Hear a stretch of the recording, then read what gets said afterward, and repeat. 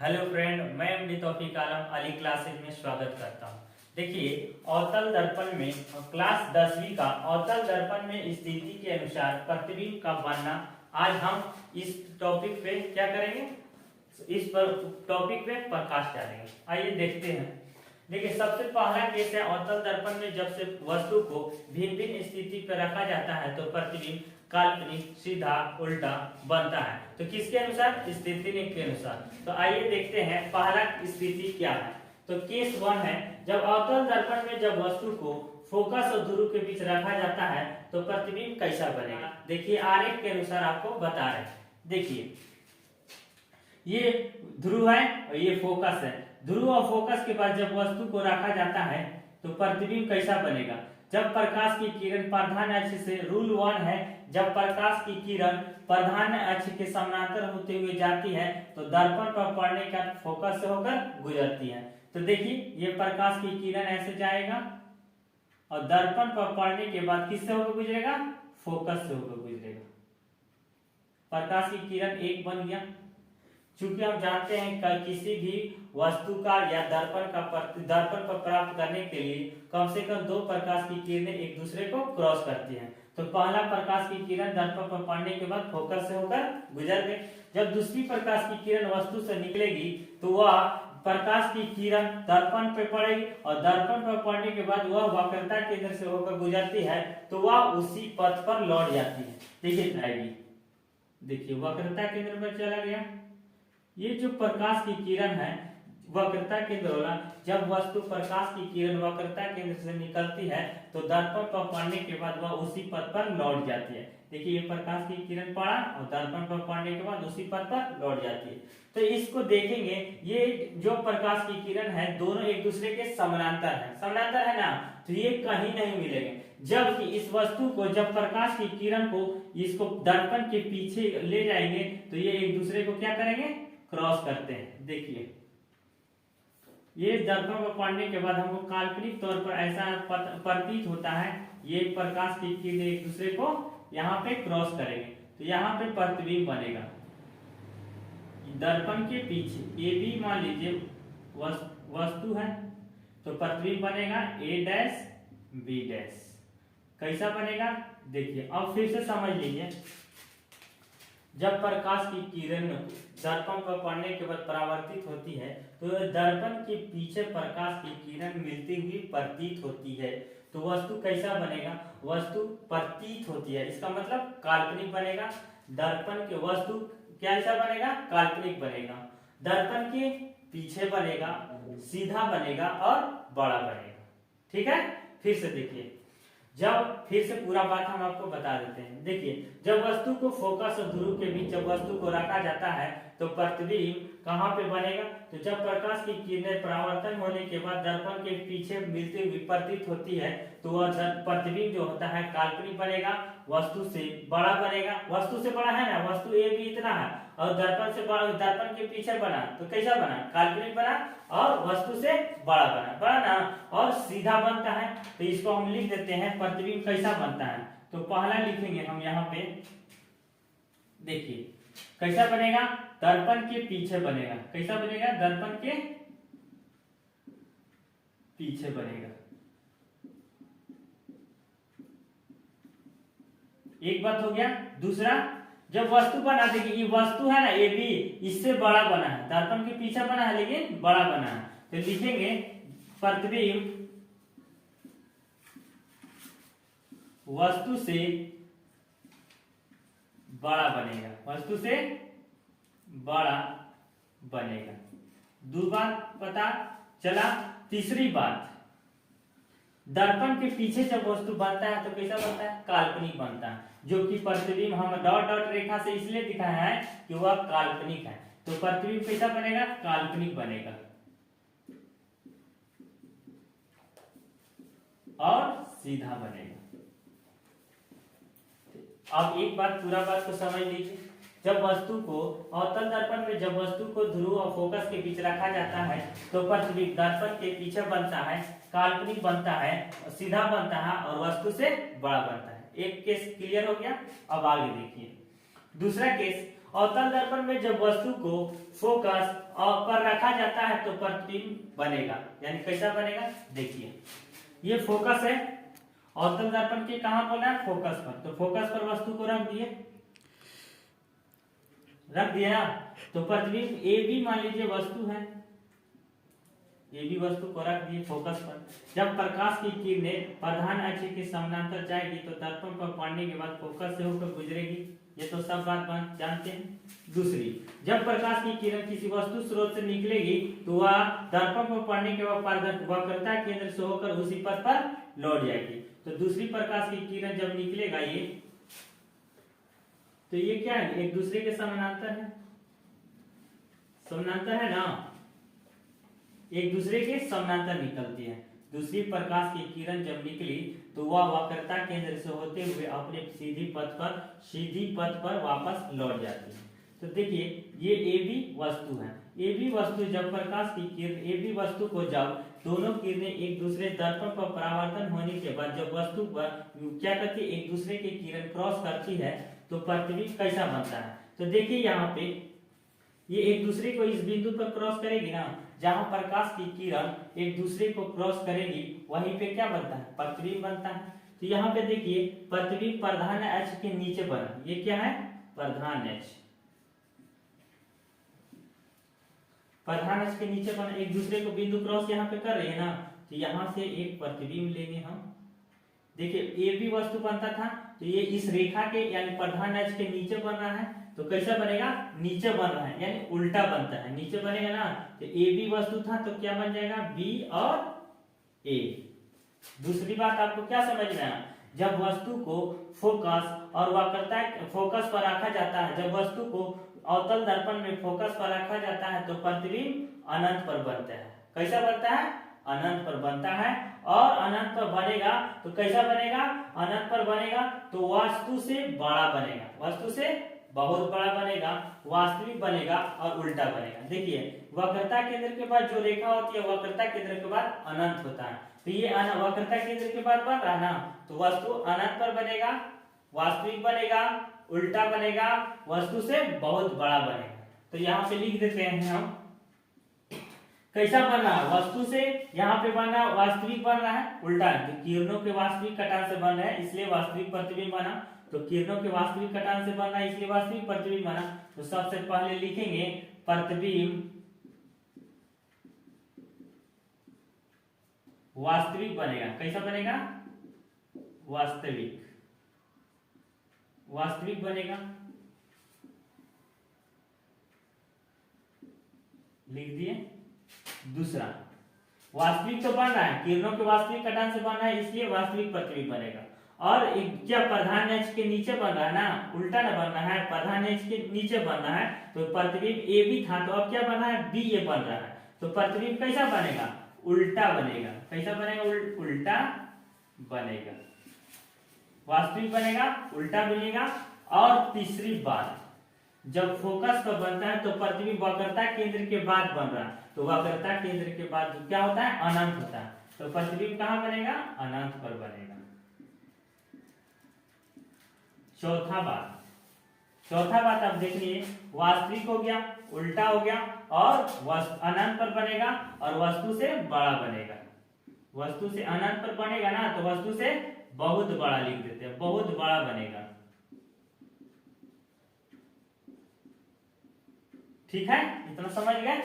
अब तीसरा केस देखिए, अब तीसरा बात क्या है, केस 3, जब वस्तु को फोकस और वक्रता केंद्र, सी से वक्रता केंद्र होता है, वक्रता केंद्र के बीच रखा जाता है तो प्रतिबिंब बनेगा, कहां बनेगा, तो देखिए क्या बोल रहा है, फोकस और वक्रता केंद्र के बीच, तो यहाँ पे फोकस और वक्रता केंद्र के बीच रख देते हैं, वस्तु को रख दिए ना, वस्तु हम ए और बी ले लिए, ए और बी, ए बी क्या है, वस्तु है, यहाँ पे ले लिए। और जब प्रकाश की किरणें इस वस्तु से निकलेगी, किसी बिंदु स्रोत से निकलेगी ना, तो किसी बिंदु स्रोत से निकलेगी तो वह दर्पण पर पड़ने के बाद किससे होकर गुजरती है, फोकस से होकर गुजरती है।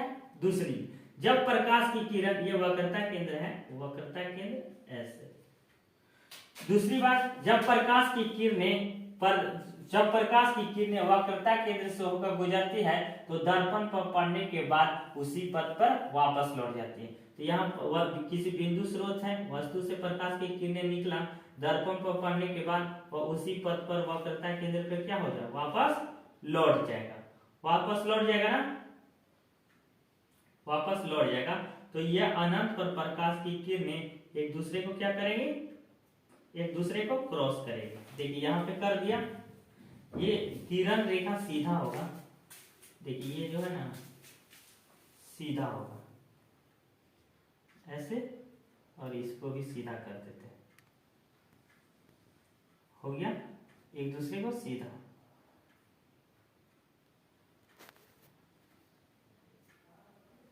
ऐसे एक दूसरे को अनंत पे फोकस क्या करेंगे, क्रॉस करेंगे। यहाँ पे प्रतिबिंब जो बनेगा उल्टा बनेगा, बी और ए बनेगा। तो देखिए जब वस्तु को फोकस और वक्रता केंद्र के बीच रखा जाता है तो प्रतिबिंब कहाँ बनेगा, ए बी फोकस और वक्रता केंद्र के बीच वस्तु है, और वस्तु जब प्रधान एच के समानांतर निकलती है तो दर्पण पर पड़ने के बाद फोकस से होकर गुजर गई पहला किरण। दूसरा किरण जब वस्तु स्रोत से निकलेगी तो दर्पण पर पड़ने के बाद वक्रता केंद्र से होकर उसी पथ पर वह लौट जाएगा, प्रकाश की किरण उसी पथ पर लौट गया। ऐसे कर देते हैं इसको डिनोट। अब तो निकल गया तो एक दूसरे को क्रॉस बिंदु किया ना, वहीं पे क्या बनेगा, प्रतिबिंब बनेगा।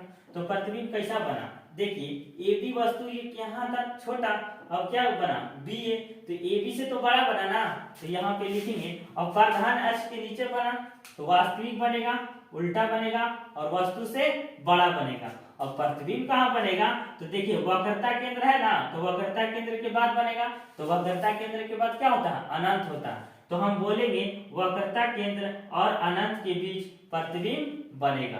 तो यहाँ पे लिखते हैं हम पहला, तो एक दूसरे को क्रॉस कर दिया, तो अब लिखेंगे वस्तु प्रतिबिंब कैसा बनेगा, वास्तविक बनेगा, वास्तविक बनेगा। दूसरा वास्तविक बनेगा इसलिए क्योंकि ये प्रकाश की किरण ये मिलती है एक दूसरे को, वास्तविक रूप से मिलती है, इसलिए ये वास्तविक प्रतिबिंब बनेगा, वास्तविक प्रतिबिंब बनेगा, लिख दिए। दूसरा वो क्या होगा, प्रधान एच के नीचे है ना, तो प्रधान एच के नीचे बनेगा तो ये उल्टा प्रतिबिंब बनेगा। कैसा बनेगा, उल्टा प्रतिबिंब बनेगा, हो गया उल्टा प्रतिबिंब बनेगा। और चौथा बात, तीसरा बात अब हो गया, तीसरा बात क्या, वस्तु से बड़ा बनेगा, वस्तु से बड़ा बनेगा। चौथा बात लिखेंगे कैसा बनेगा, अब देखिए वक्रता केंद्र और अनंत के बीच बनेगा। कहां बनेगा, वक्रता केंद्र और अनंत के बीच बनेगा। जब वस्तु को रखा जाता है ना तो वक्रता केंद्र और अनंत के बीच बनेगा। यहाँ पे लिखते हैं वक्रता केंद्र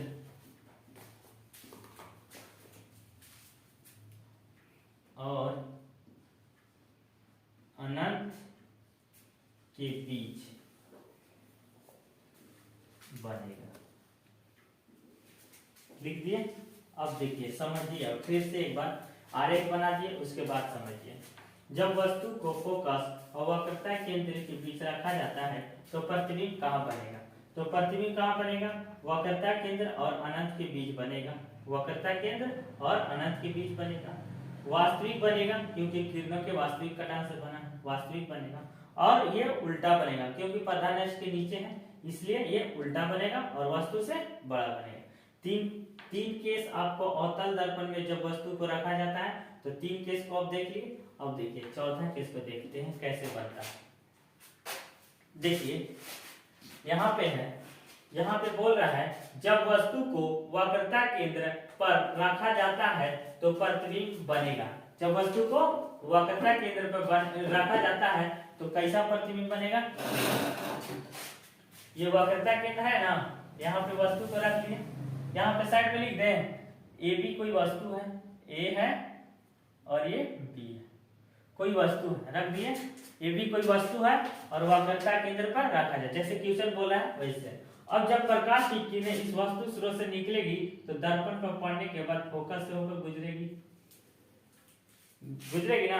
अब दूसरी प्रकाश की किरण को हम जानते हैं, जब प्रकाश की किरण किसी बिंदु स्रोत से निकलती है तो फोकस से होकर गुजरते हुए दर्पण पर पड़ने का प्रधान अक्ष के समानांतर गुजरती है, तो उसको भी निकालते हैं। यहाँ से बिंदु स्रोत से प्रकाश की किरण निकलेगी और फोकस से होते हुए दर्पण पर पड़ने के बाद क्या होते हैं, प्रधान अक्ष के समानांतर निकलेगी।